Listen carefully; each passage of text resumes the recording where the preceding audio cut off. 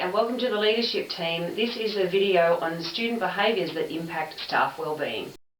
It's really important at this point for you to pause and consider that staff input and what they have to say about what they think when it comes to student behaviours.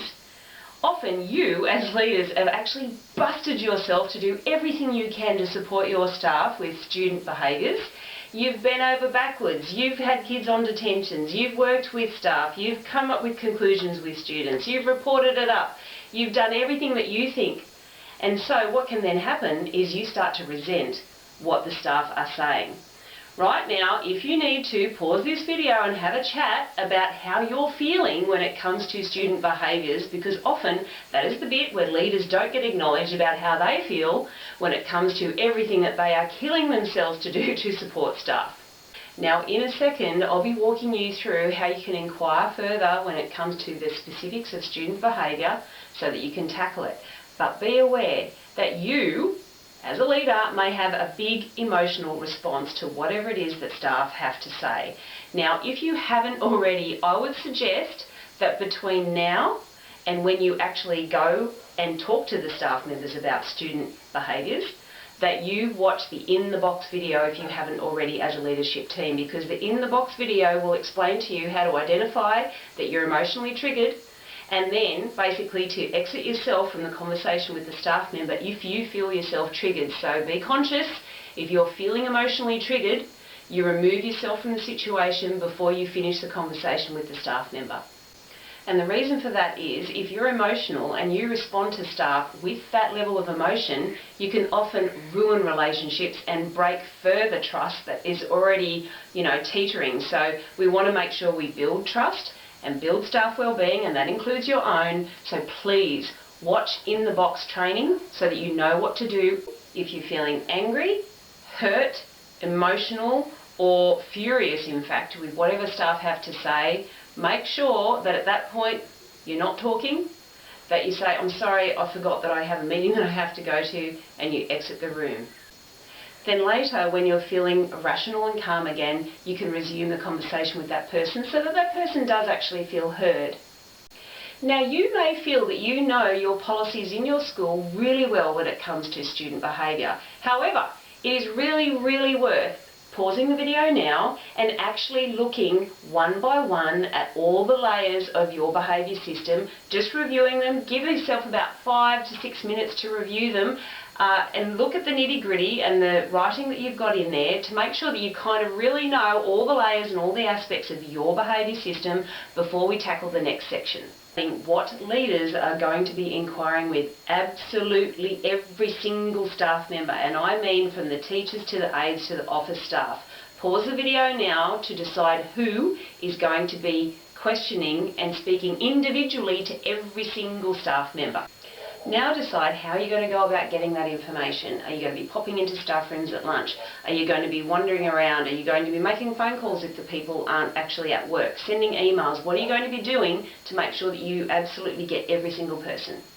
Now decide where it is that you're going to be collating and recording all of this information. Will you put it in the agenda item for when you next have your leader meeting, based on the timeline that you decide that you're going to be getting this feedback by? Where and how are you going to be collating this information? Pause this video now so that you can make those decisions. When you do make inquiries with staff, you're going to be asking the specific examples of the sorts of behaviours that have negatively impacted their wellbeing. Ask them the causes of their situation. Ask how they handled it at the time and what they think contributed to the concern, and then what solutions that they may see. Now, at the same time, I really need you to have a big picture idea in your head of your entire behaviour management system, and then in your mind, as they're talking and going through the causes and what they did in those scenarios and how you perceive them as a teacher, pay attention to where you feel that the system has broken down. What I mean by that is, are they even following the behaviour support system at all that you have? What is it that they have lacked or missed in that system? Is there something else? Is it something to do with explicit quality criteria for the students? Is it to do with student engagement and the quality of the lessons? Or is it to do with basically behaviour management? Now ensure that you make a note of where you feel these parts of the system are actually falling down in every single instance as you speak to each and every staff member. Now for the leader meeting that you're going to be having next, where you're going to be summarising and looking at all of the staff detail, you will also need big A3 copies of every single section of your behaviour management system. Everything. Make sure you have A3 copies, because when you analyse the data that comes back from all of the questioning that you do, you will be circling on those A3 sheets where things seem to be lacking or dropping and not being picked up correctly the way you would like them to be. You will also need a large A3 copy of what works best, or the quality teaching framework, one or the other, because you will also be using those to circle aspects of those sections of quality of teaching to know where you may need to focus your professional learning to help improve teaching. All you need to decide now is who's going to be blowing up those A3 copies and making sure that they're available at your next leader meeting. Now, you're going to be pausing, or rather stopping this video, because you'll be coming back to this exact point, so copy the URL, paste it into the meeting agenda for when you'll be reviewing the information, as well as the timestamp below. We'll continue after this point. Good luck!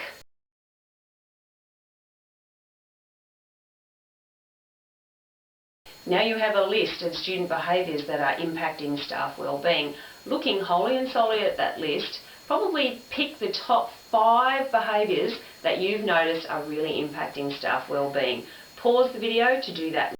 Now for those particular student behaviours, identify circling on those large A3 sheets of paper every single area where those behaviours should be managed. So pause the video to do that now, and if it's multiple circles around the same thing, make sure you do multiple circles around that same area of your behaviour policy.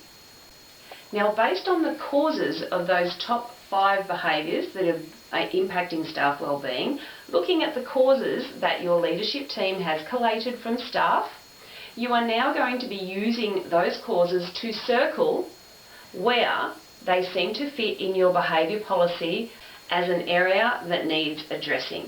You may need multiple circles around the same thing, and that's okay, because in the end the ones with the most circles are going to win. Now make sure you're also circling the areas of what works best, or the quality teaching framework, whichever you've chosen to use, because that will actually hone the area that you definitely need to focus on for professional learning. Pause the video to do that. Okay, look for the areas that are most circles. Guess what? That's your priority 1. And then the areas that are circled second, have the most circles around it, well, that's your priority 2. Looking at priority 1. It's time for your leadership team to put on their critical thinking hats, not their blaming hats, but their critical thinking hats, and start to uncover what they feel the main key causes are that is causing these sticking points and ending up as wellbeing concerns for the staff regards to the relative student behaviour. Pause the video now to think about all those causes. Go.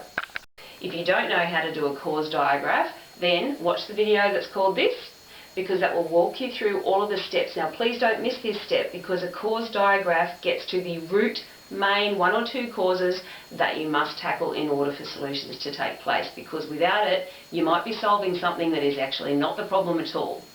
If however it's pretty obvious what the main causes are, you move on to the next section.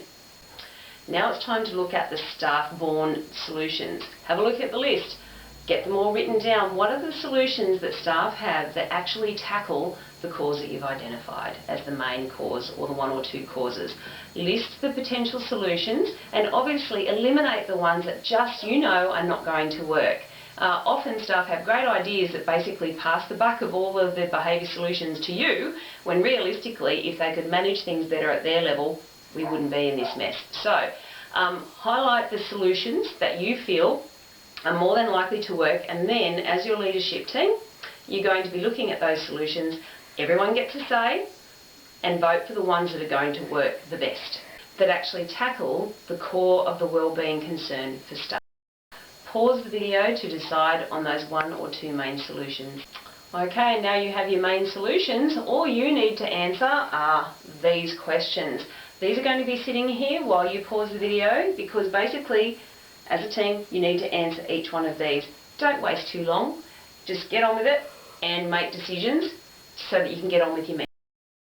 Now, you're focused on priority area 1 when it comes to student behaviours affecting staff wellbeing. You also need to plan for priority area 2.